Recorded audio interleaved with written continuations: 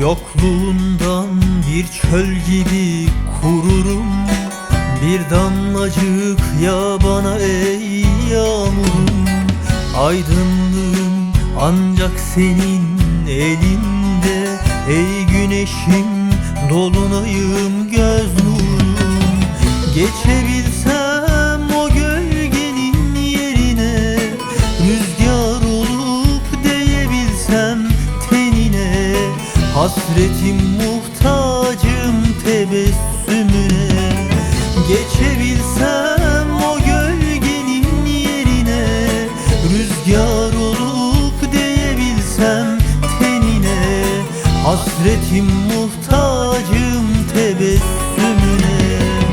Gel gayrı inat etme, bu aşkı bekletme. Sen benim umudumsun, tek arzumsun, göz nurum. Gel gayrı inat etme, bu aşkı bekletme. Sen benim umudumsun, tek arzumsun, göz nurum.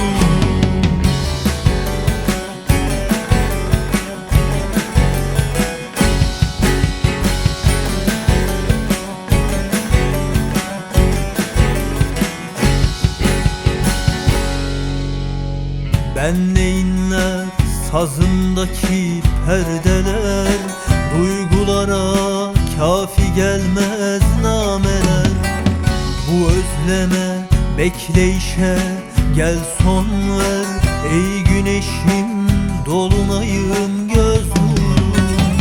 O gün bugün tutsaktır hürriyetim. Zaman öksüz, mekan garip, kalp yetim.